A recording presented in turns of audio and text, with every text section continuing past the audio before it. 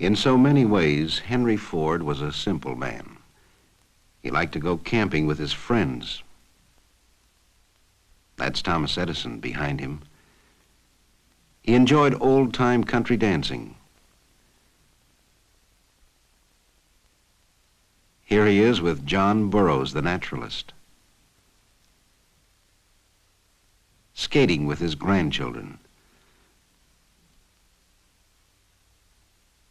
They plant a garden together, Henry Ford II and Benson. His first car, he called it a quadricycle. That's his wife, Clara. He began with an idea that most people thought wouldn't work, but he made it work. And the tools he used were common sense, ingenuity, and perseverance, along with a natural instinct for knowing how to put machines together and make them run. He was born into a world of limited horizons, and though he left the farm that might have been his heritage, he never lost his love for the land and the everlasting cycle of seed time and harvest. What he accomplished helped men put the burden of work on machines and broke the barriers of space and time, of isolation and distance. His life was a paradox. While his mechanical genius helped to change forever the lives of people everywhere, he sought to preserve in some permanent form a record of the world around him and his ever-widening interest in it. He collected buildings the way others collect stamps and put them in a village where time stands still.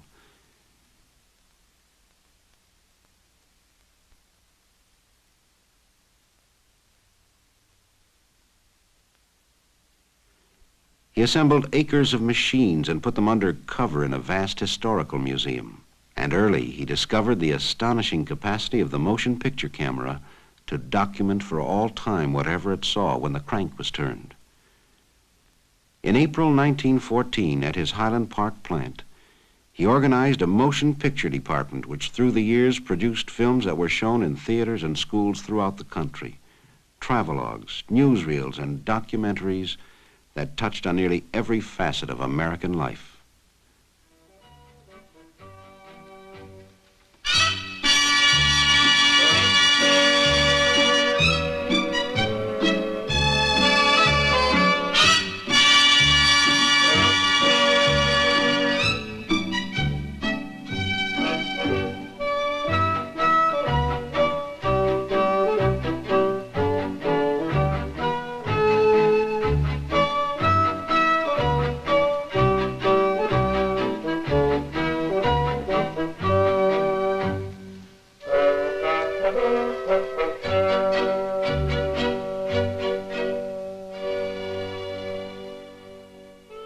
This is the way the country looks in the years before the First World War. Rich, rolling, but often inaccessible. The man on the farm works as his forefathers have. It's a hard life for man and beast.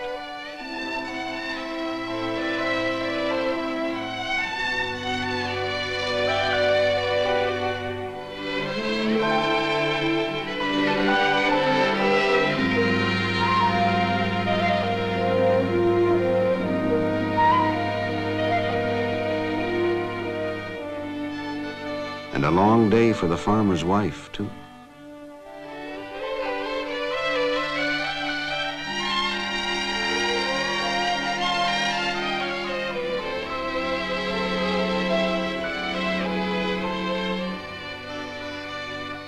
Many a quiet evening at home, because there's no place to go and no light to read by. A man thinks twice before he goes to market on roads like this.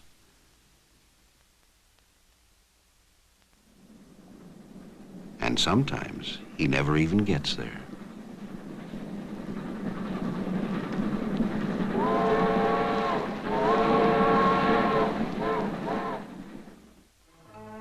It's a long walk to school on a muddy road. More fun to go by sleigh in the winter During recess, there's time for a snowball fight. Of a climb up the old elm tree, if you've got the spunk for daring deeds like this.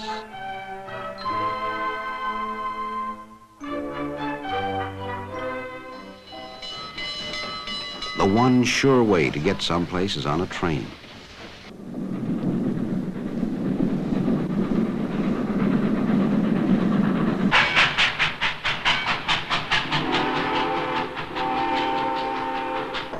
But you can only go where the tracks go.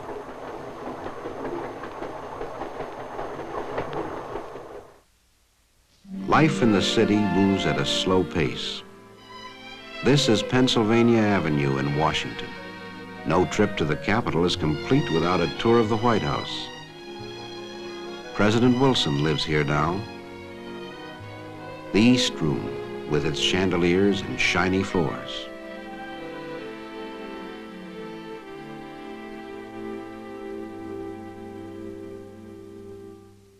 There's more hustle and bustle down at the market, Faneuil Hall in Boston, or in New York City on the Lower East Side.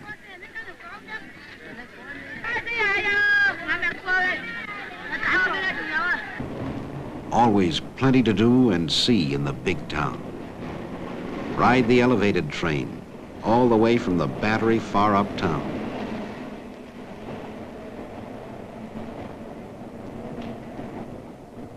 There's the Hippodrome, one of the big theaters in New York. Another way to see the city is a boat ride around Manhattan Island. All aboard. Watch out. Some city slicker may try to sell you the Brooklyn Bridge.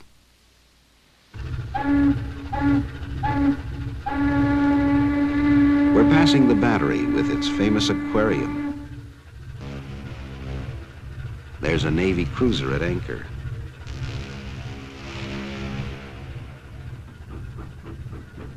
Great ocean liners along the Hudson River. Mighty tall buildings in New York City. The Flatiron Building, shaped like a triangle, and the Woolworth Building, 60 stories high, tallest in the world. Look at that traffic on Fifth Avenue.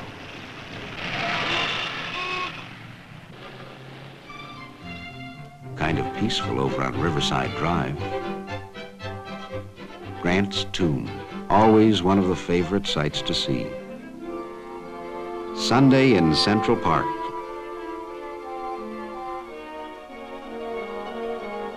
There's no place like it for a leisurely stroll or a boat ride on the lagoon.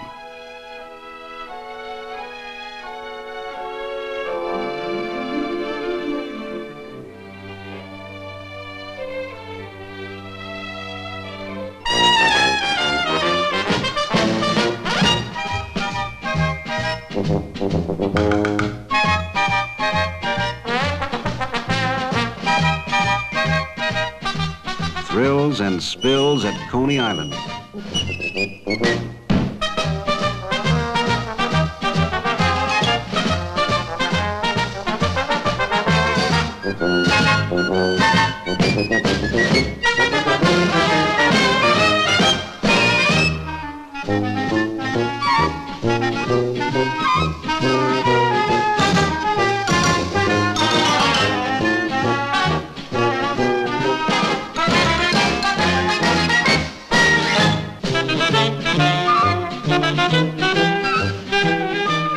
They say some folks even get wet if the water's warm enough.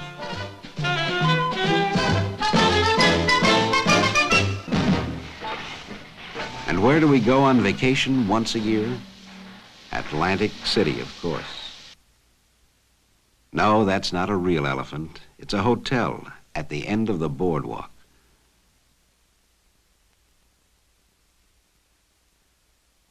Look, they're waving out the elephant's eye. The Atlantic Ocean, and a few hardy acrobats. Most of the time, we'll stroll along the boardwalk or ride along in the rolling chairs.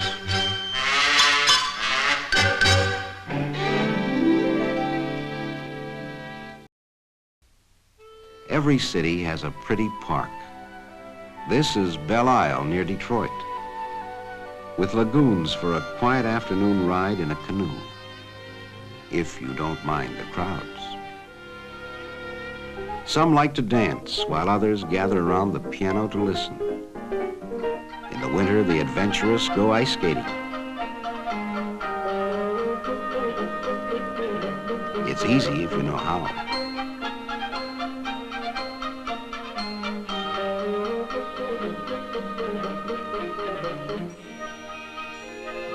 For the really daring, there's nothing like the thrill of an ice boat on a clear, cold day, or the fast track on a toboggan slide.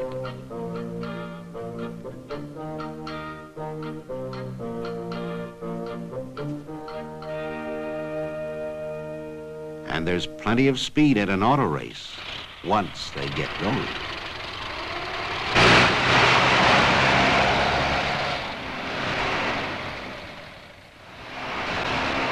Buffalo Bill himself, William F. Cody, in his 71st year and straight as an arrow. It's 1916, and he's out on tour with his circus again. Indian war dances and bucking broncos.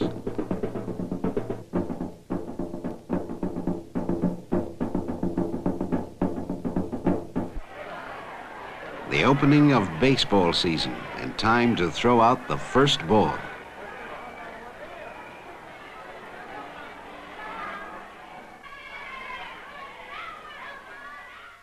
Snapshots of other people we know. John Burroughs, the naturalist, waves to admirers. Luther Burbank, an expert in horticulture. In his experiments, he's removed the spines from the cactus. Says it's good to eat, too. We'll take his word for it. Thomas Edison in San Francisco in 1915. He's out for a drive with his wife and Mr. and Mrs. Harvey Firestone. Joseph G. Cannon of Illinois, former Speaker of the House of Representatives. Will Rogers, America's favorite humorist.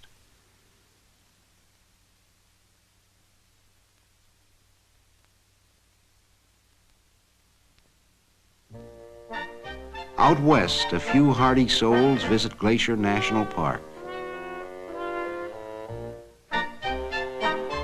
They go for a climb. A little short on equipment, but strong in spirit.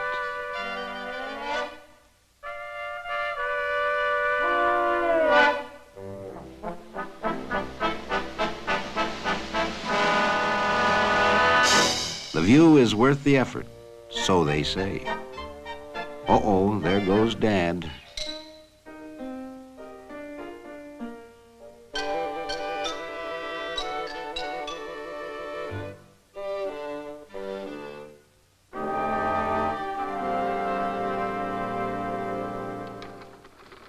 It's not all play. There's still work to be done and no limit, it seems, to our natural resources.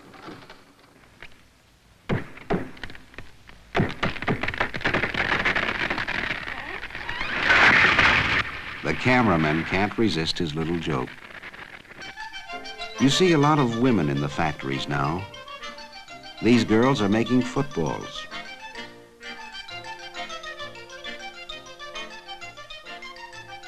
And these are making hats. There is a difference. Down at the post office, they're teaching the girls to sort the mail. One thing they learn in a hurry, don't pick up too many at once. Too bad. Here's a clean place for women to work, and steady, too.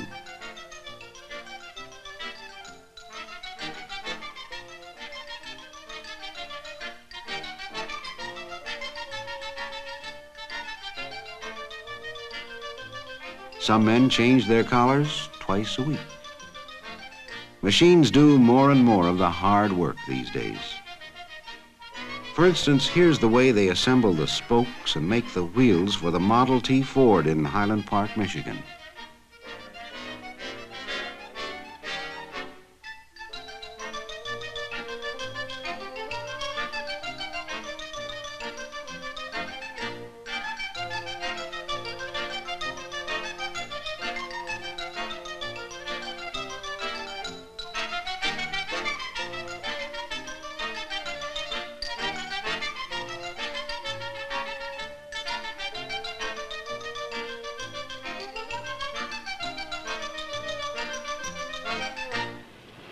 The 8-hour workday ends and the men go home, mostly by trolley.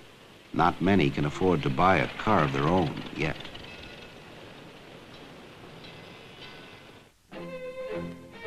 These men went home long ago, when the war between the states ended. But the hardy survivors, both blue and gray, still meet together once a year to renew old acquaintance. It's 1917, and they're camped at Vicksburg, Mississippi. What memories they must have. They have fought their war. While these raw recruits at Camp Custer in Michigan are being trained to fight another war.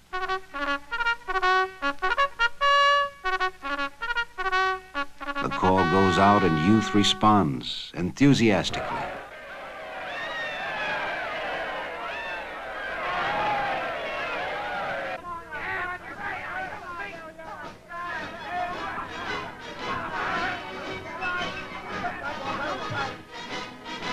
How can they know what lies ahead?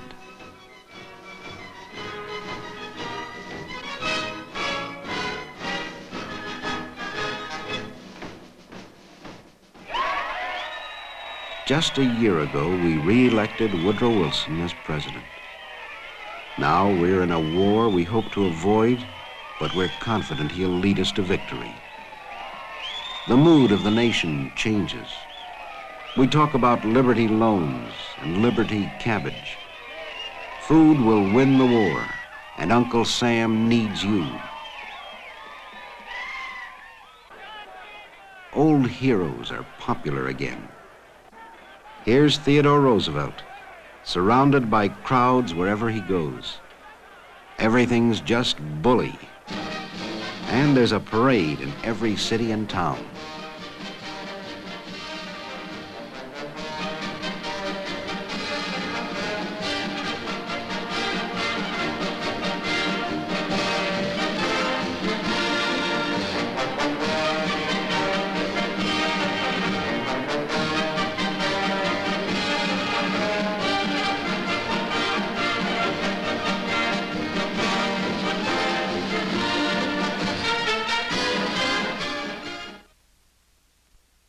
The training is deadly serious now. And we're learning to pronounce names of places we've never heard of before. The Argonne, Belleau Woods, and Chateau Thierry. Our factories convert to the production of engines and arms. These are the famous Liberty engines. She's doing her bit. Here's a certificate for buying $500 worth of Liberty bonds. Henry Ford receives a Navy contract to build Eagle boats. Here he is in Washington with Josephus Daniels, Secretary of the Navy. Using the technique of the automobile assembly line, the hulls of Eagle boats are riveted together at Ford's new River Rouge plant.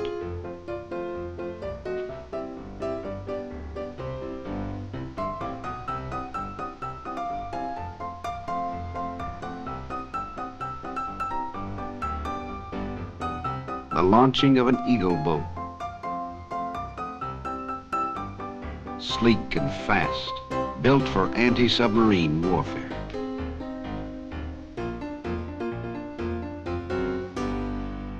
At Highland Park, Ford experiments with a small tank powered by 2 Model T engines. Can it cross the trenches? Not every time. Well, back to the drawing board.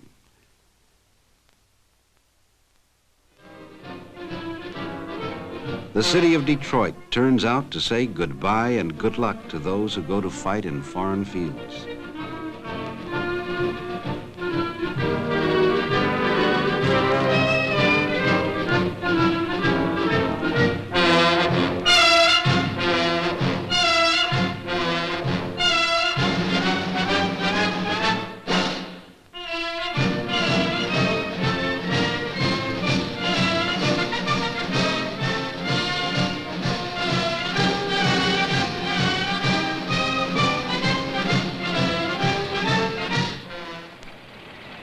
They don't give up on the small tank.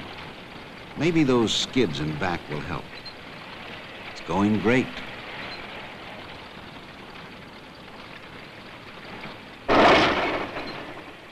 Too bad.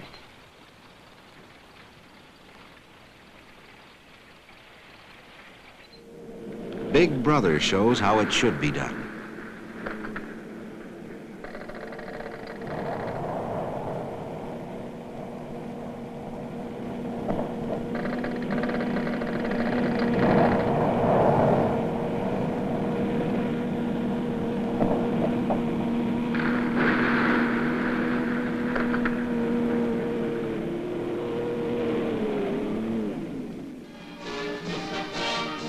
At Highland Park, the men turn out for a patriotic parade and rally.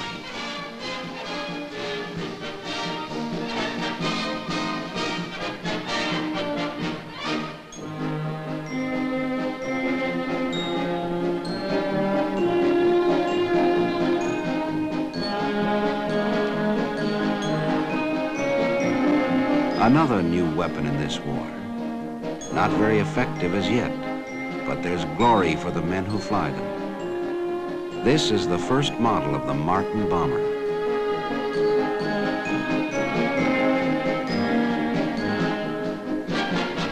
Eddie Rickenbacker, America's flying ace, comes home to encourage more plane production. Here's how they manufacture Curtiss H-type flying boats.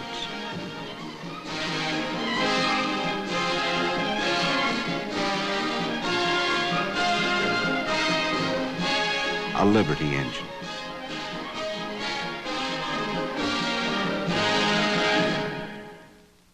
The faces of America at war. These are men working in the shipyard at Hog Island. The Red Cross girl, a familiar and friendly sight. Captain Kittle. He's worked at the Bureau of Engraving in Washington since 1864. Barracks life in an army camp.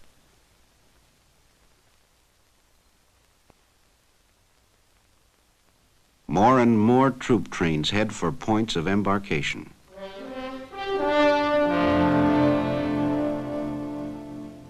The last cup of coffee before we shove off.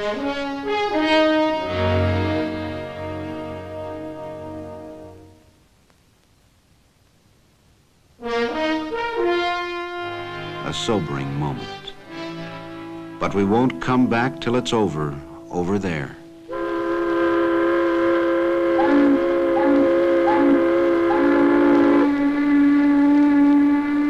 Meanwhile, back at the tank test, there goes another one. But soon the bugs are all ironed out and the government places an order for 15,000 tanks. Lord Northcliffe in Detroit, sent by King George to arrange for the shipment of Fordson tractors to Great Britain to speed up the production of food. He tries a new Fordson, followed by Henry Ford. Parades and more parades to keep the home fires burning.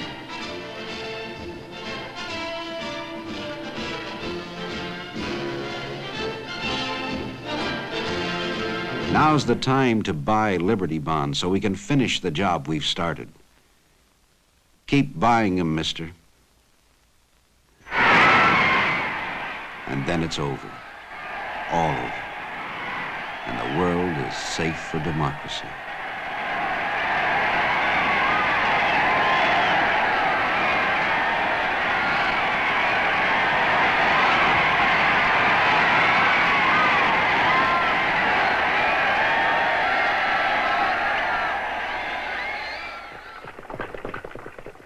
One more parade in Washington.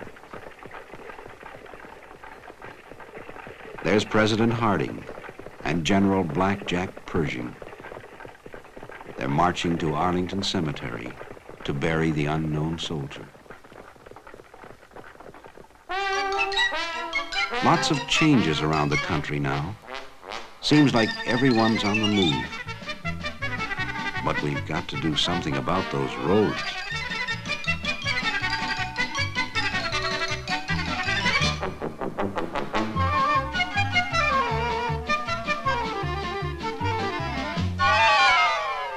It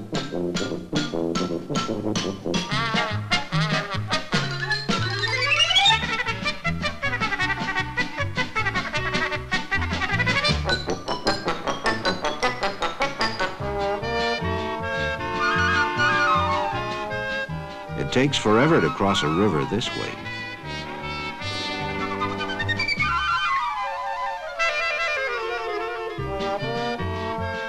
We begin to build new roads as fast as we can.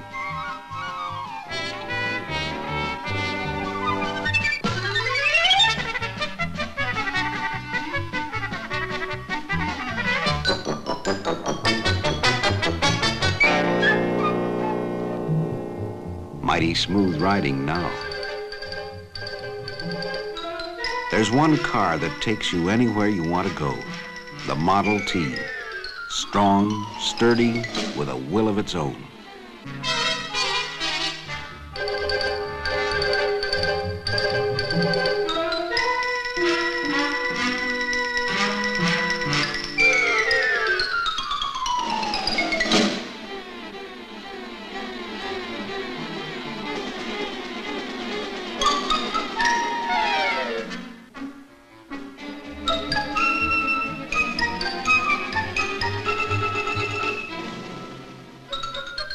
Here's how they put them together at the Highland Park plant.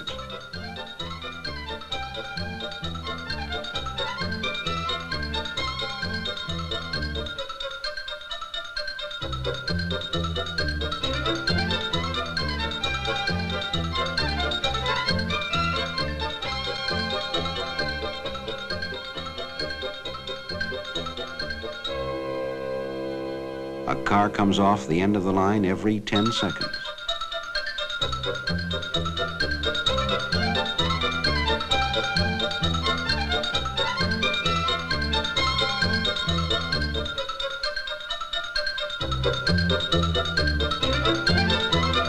Dealers sell them in just about every town in the land.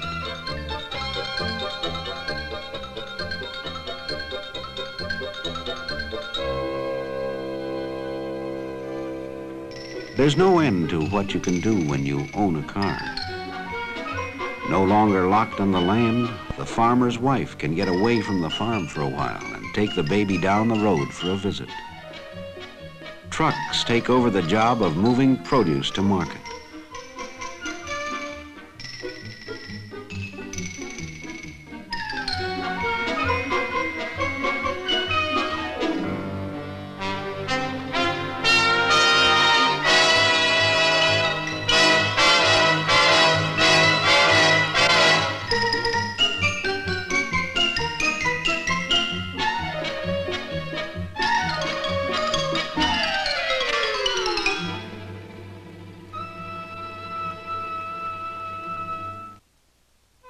The Sunday afternoon drive becomes a national habit. This is the Columbia River Highway out in Oregon, built in 1917.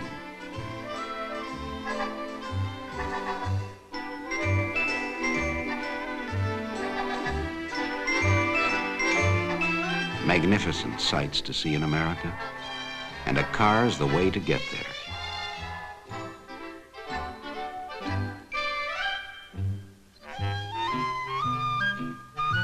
Watch it, that bear is hungry.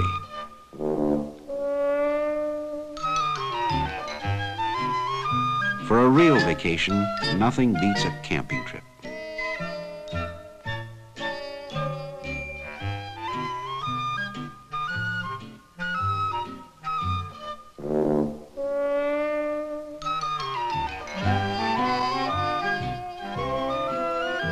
Picnics in the park or alongside the lake.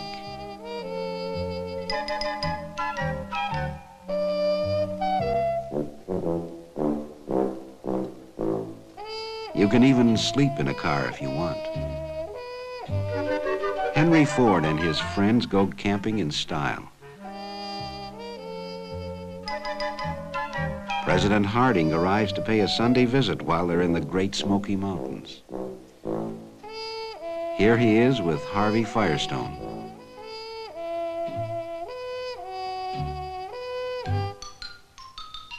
Ford chops wood for exercise.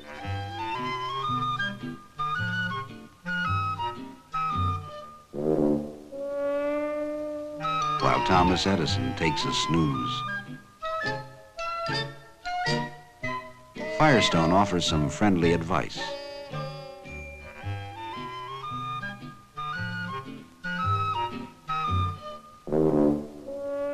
The president takes a turn with the axe. Ford, Edison, and the president read the papers. One way to keep them down on the farm, buy a tractor. They're selling more every year.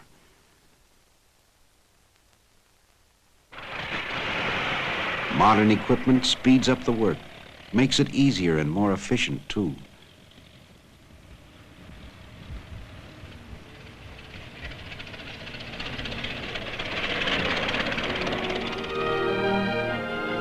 Now electricity does the chores for the farmer's wife.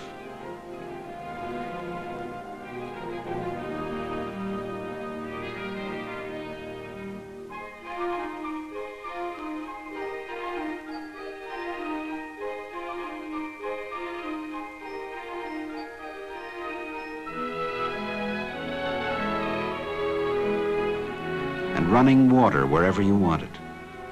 No more trips to the pump. And no more churning for grandmother.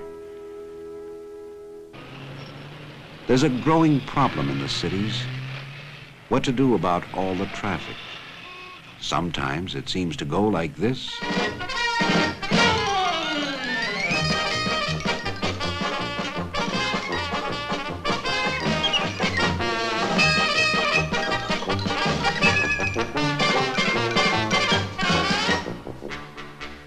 And there's a parking problem, even in small towns. The policeman has a new responsibility, directing traffic.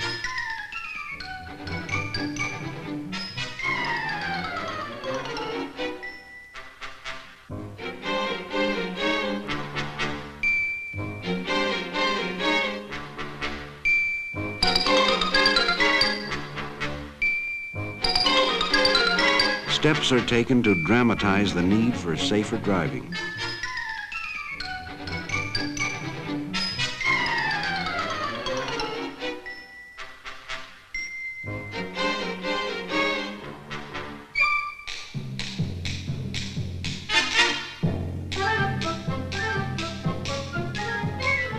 Special motion pictures show what can happen when we're not alert.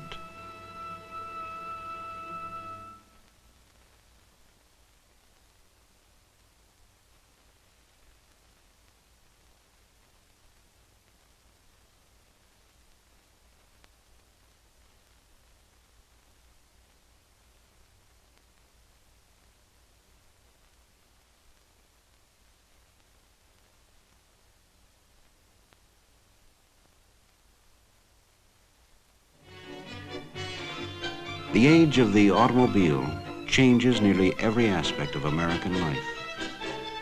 The tempo quickens in city and country. No longer a luxury, almost everyone can afford to own a car. And sometimes it seems that we're all on the road at the same time. We're a nation on wheels, and soon to take to the air as a slim young man in a silver plane opens up new horizons.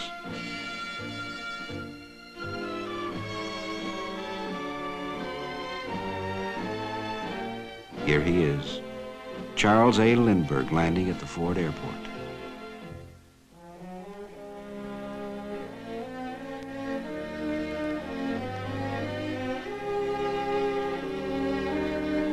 Another pioneer gives us the courage to try something new.